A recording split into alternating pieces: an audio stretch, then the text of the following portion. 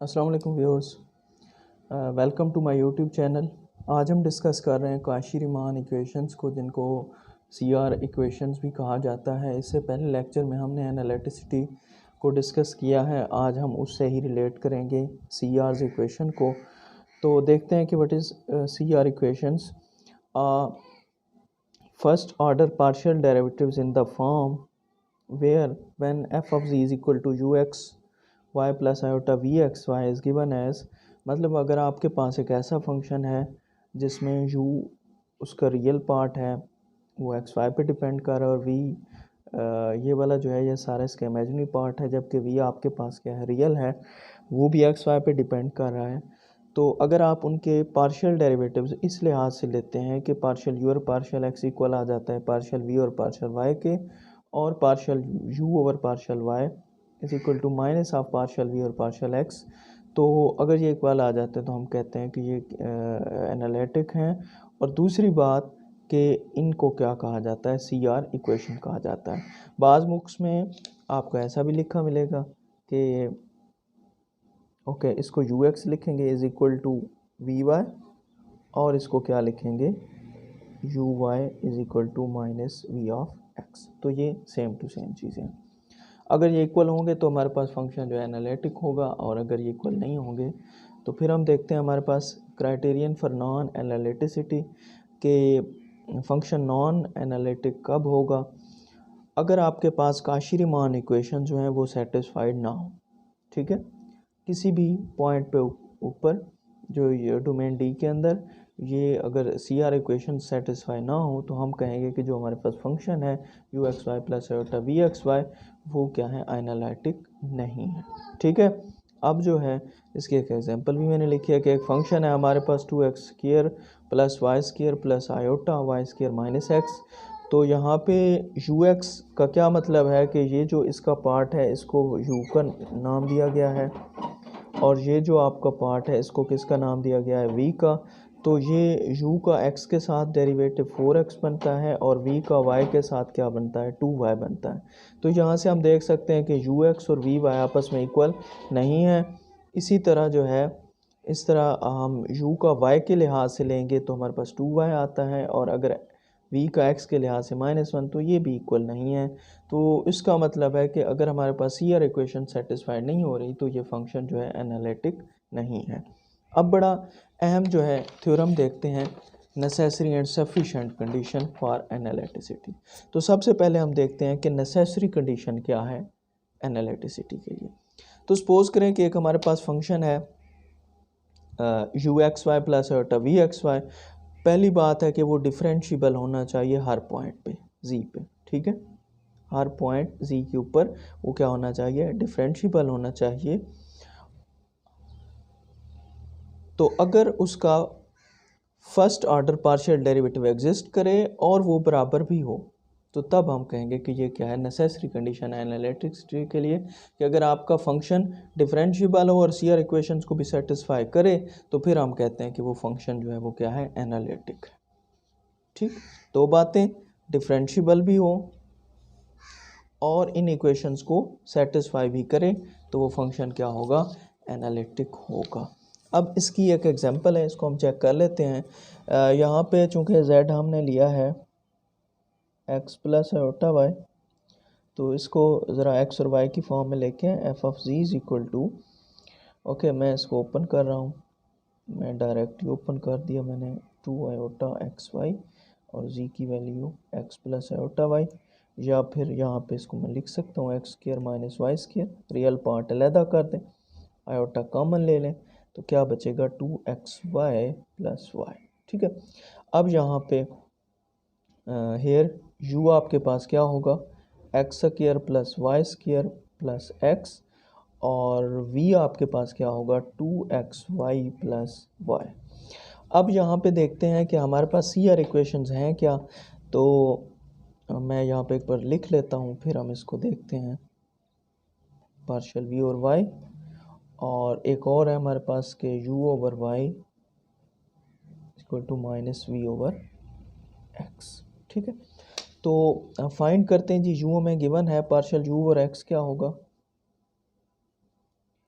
Partial U और x होगा हमारे पास। अगर विद रिस्पेक्ट टू एक्स इसका डेरिवेटिव लें तो पहले का 2x, इसका 0 हो जाएगा और इसका क्या होगा 1। इसी तरह पार्शियल v ओवर y लेते हैं तो क्या मतलब, इसका derivative with respect to y तो क्या आएगा 2x आएगा प्लस 1 आएगा। ठीक, तो ये दोनों इक्वेशंस, तो अगर इसको इक्वेशन नंबर मैं 1 का नाम दे दूं तो यहाँ से हम देख सकते हैं इक्वेशन 1 इज़ सेटिस्फाइड।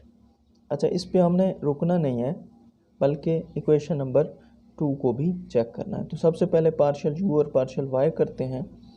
u हमारे पास है X square plus Y square plus X. अगर इसका with respect to y derivative लें तो एक्स स्क्वायर का भी 0 और एक्स का भी 0 वो एज अ कांस्टेंट है यहाँ पे, तो ये क्या आएगा आंसर 2y आएगा।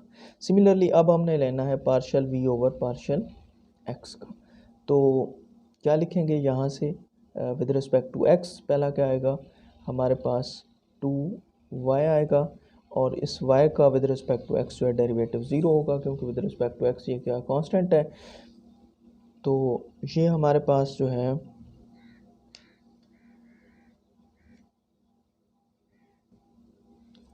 2y आ गया। लेकिन यहाँ पे देखें कि ये वाला फंक्शन जो है ये थोड़ा सा गलत हमने लिखा है, ये यहाँ पे क्या है माइनस है, तो ये क्या होगा -2y होगा। अब जो है इससे आप देख सकते हैं कि पार्शियल u ओवर y और पार्शियल v और x ये दोनों क्या आ गए इक्वल आ गए और ये माइनस, यानी कि इक्वेशन नंबर 2 को क्या कर रहे हैं सेटिस्फाई कर रहे हैं। Equation 2 is satisfied. ठीक है, अब ये बोथ इक्वेशंस अगर सेटिस्फाई हो गई हैं, काशी-रीमान इक्वेशंस अगर आपके पास सेटिस्फाई हो गई हैं तो इसका मतलब है कि फिर आपका जो फंक्शन है F of z is equal to Z square plus z is analytic. ठीक है, इन डोमेन डी।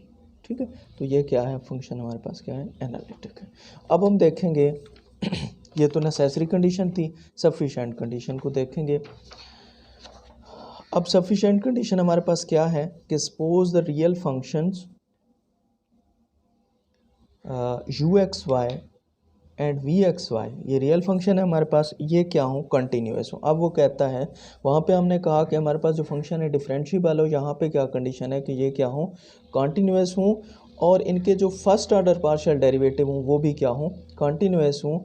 और अगर हमारे पास सी आर इक्वेशंस फिर सेटिस्फाई हो जाती हैं तो हम कहेंगे कि फंक्शन जो है वो क्या है एनालिटिक है डी के अंदर। दो बातें इसमें समझनी है कि जो आपके पास रियल फंक्शंस हैं वो कंटिन्यूस होने चाहिए और उनका जो फर्स्ट ऑर्डर डेरिवेटिव है पार्शियल डेरिवेटिव है वो भी क्या होना चाहिए कंटिन्यूस होना चाहिए। अगर वो कंटिन्यूस है तो और इसके साथ साथ सी आर इक्वेशंस भी क्या हो रही हैं, ठीक है, सेटिस्फाइड हो रही हैं। ठीक है ना, satisfied the C R equations.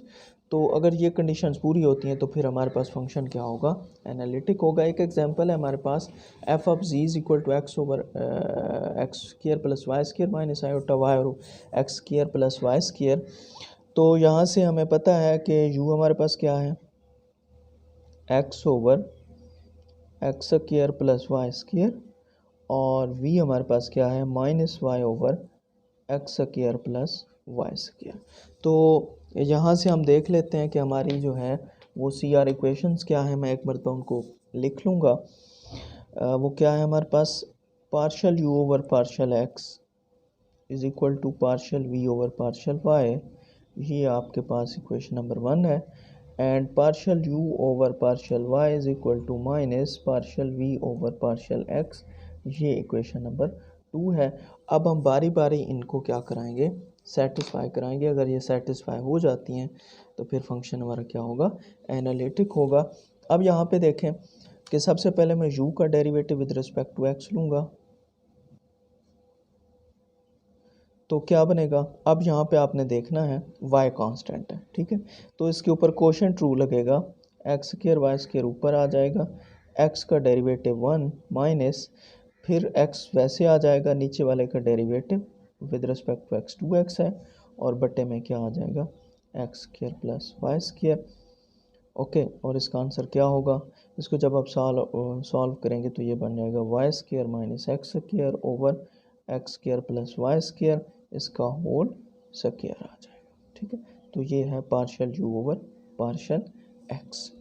इसी तरह जो है इसका सेकंड पार्ट जो है वो भी हम करेंगे partial V over partial Y. तो ये वी है और ये वाई के लिहाज से करना है तो क्या होगा? Okay, X square plus Y square वैसे आ जाएगा और वाई का विद रिस्पेक्ट टू 1 जो है इसका डेरिवेटिव जो है या फिर इसको पॉजिटिव ले लें और इस सारे के बाहर जो है वो माइनस लगा दें। ओके, ये ऐसे ये माइनस बाहर लिख दिया, ये +1 माइनस। अब इसका क्या होगा? एक्स स्क्र आपके पास कांस्टेंट है, वाई स्क्र को जब आप डेरिवेटिव लेंगे तो वो बनेगा 2y, एक y पहले से मौजूद है, तो ये सिचुएशन बन जाएगी और जो बटे में है उसका क्या आ जाएगा? स्क्र आ जाएगा।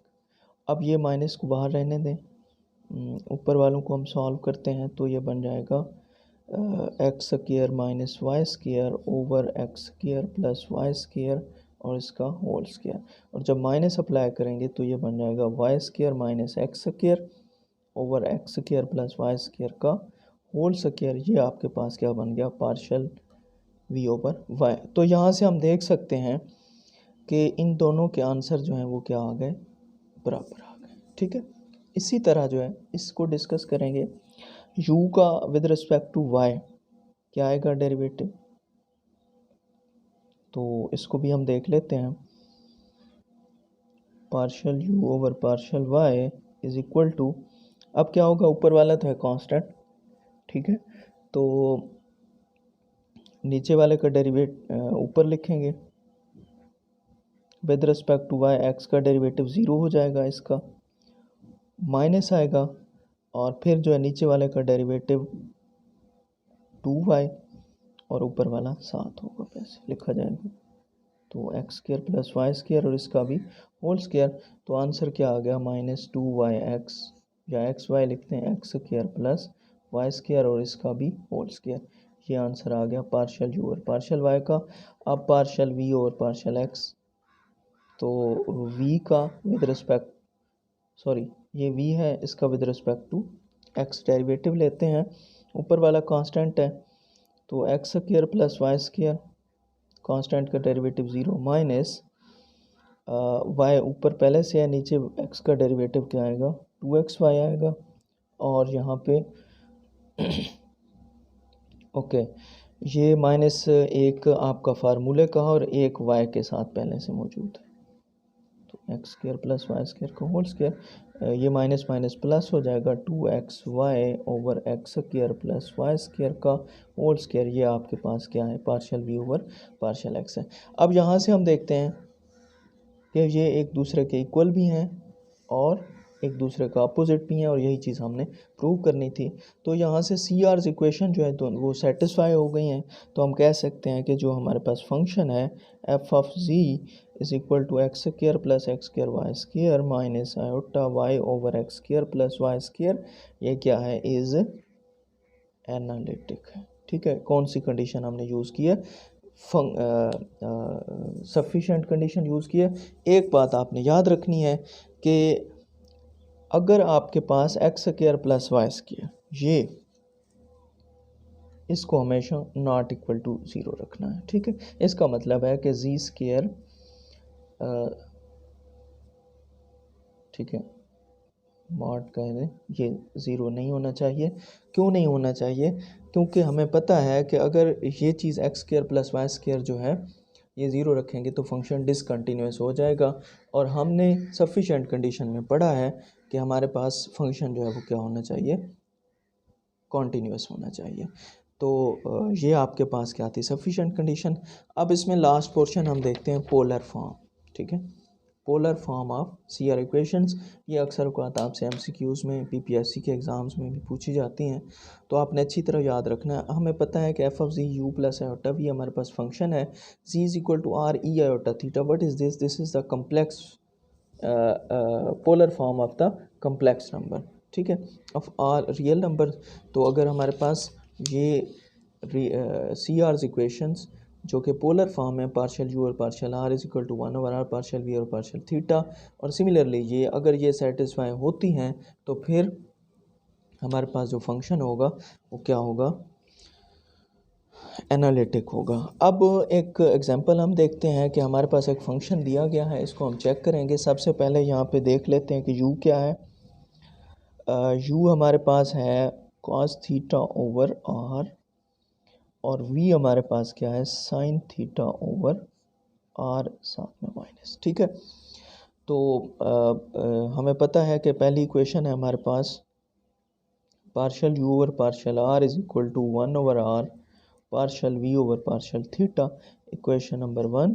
और दूसरी है partial v over partial r is equal to -1/r partial u over partial theta, equation number 2। तो पहली इक्वेशन में पहला पोर्शन u का विद रिस्पेक्ट टू r, तो हमें पता है cos थीटा अगर कांस्टेंट है तो 1/r का डेरिवेटिव होता है -1/r स्क्वायर, तो ये मैं लिखूँगा minus cos theta over r square. इसी तरह जो है मैं v का विद रिस्पेक्ट टू थीटा लूँगा पहले, okay. v minus sine theta है और साइन थीटा का हमें पता है कि जो डेरिवेटिव होता है वो cos थीटा होता है, ये क्या बन जाएगा minus cos theta over r। लेकिन यहाँ पे हमने देखना है कि 1/r भी साथ मल्टीप्लाई करना है तभी बराबर आने चाहिए, तो 1/r को जब मल्टीप्लाई कराएंगे तो ये बन जाएगा cos theta over r square. तो इससे और इससे हमें ये पता चला कि हमारी इक्वेशन 1 जो है वो सेटिस्फाइड है। क्या है, सेटिस्फाइड है। अच्छा, और यहाँ से भी हम वैसे ही करेंगे, पहले पार्शियल v और पार्शियल r लेंगे। ये v का विद रिस्पेक्ट टू r, जैसा कि हमने देखा साइन थीटा कांस्टेंट है, 1/r का डेरिवेटिव -1/r स्क्वायर होता है, एक माइनस पहले से पड़ी है तो ये क्या बन जाएगी, प्लस बन जाएगी sign theta over r square. Similarly अगर u का विद रिस्पेक्ट टू थीटा लिया जाए, इसका तो हमें पता है कि cos थीटा का डेरिवेटिव माइनस साइन थीटा होता है और विद रिस्पेक्ट टू थीटा है तो r कांस्टेंट वैसे रहेगा। अब अगर CR इक्वेशंस को हम देखते हैं तो 1/r से, बल्कि किससे, -1/r से इसे मल्टीप्लाई करवाना है, तो माइनस माइनस प्लस हो जाएगा, ये बन जाएगा sign theta over r square. तो यहाँ से हम देख सकते हैं ये और ये जो है ये दोनों क्या हैं, इक्वल हैं, और यही हमारी क्या थी, इक्वेशन नंबर 2 थी CR इक्वेशंस की। Equation number 2 is satisfied. अब अगर ये सेटिस्फाइड दोनों हो गई हैं तो इसका मतलब है कि जो हमारा फंक्शन है F of Z cos theta over R minus iota sine theta over R, ये क्या है, इज़ एनालिटिक। ये क्या है, एनालिटिक फंक्शन है। वेयर यहाँ पे आपने याद रखना है u v r थीटा, ये सारे क्या हैं, रियल नंबर्स हैं। क्या है, रियल नंबर्स हैं। आज के लिए इतना ही, इंशाल्लाह नेक्स्ट टॉपिक हमारा होगा हार्मोनिक फंक्शन का, तो मिलेंगे नेक्स्ट लेक्चर में। तब तक के लिए अल्लाह हाफिज़।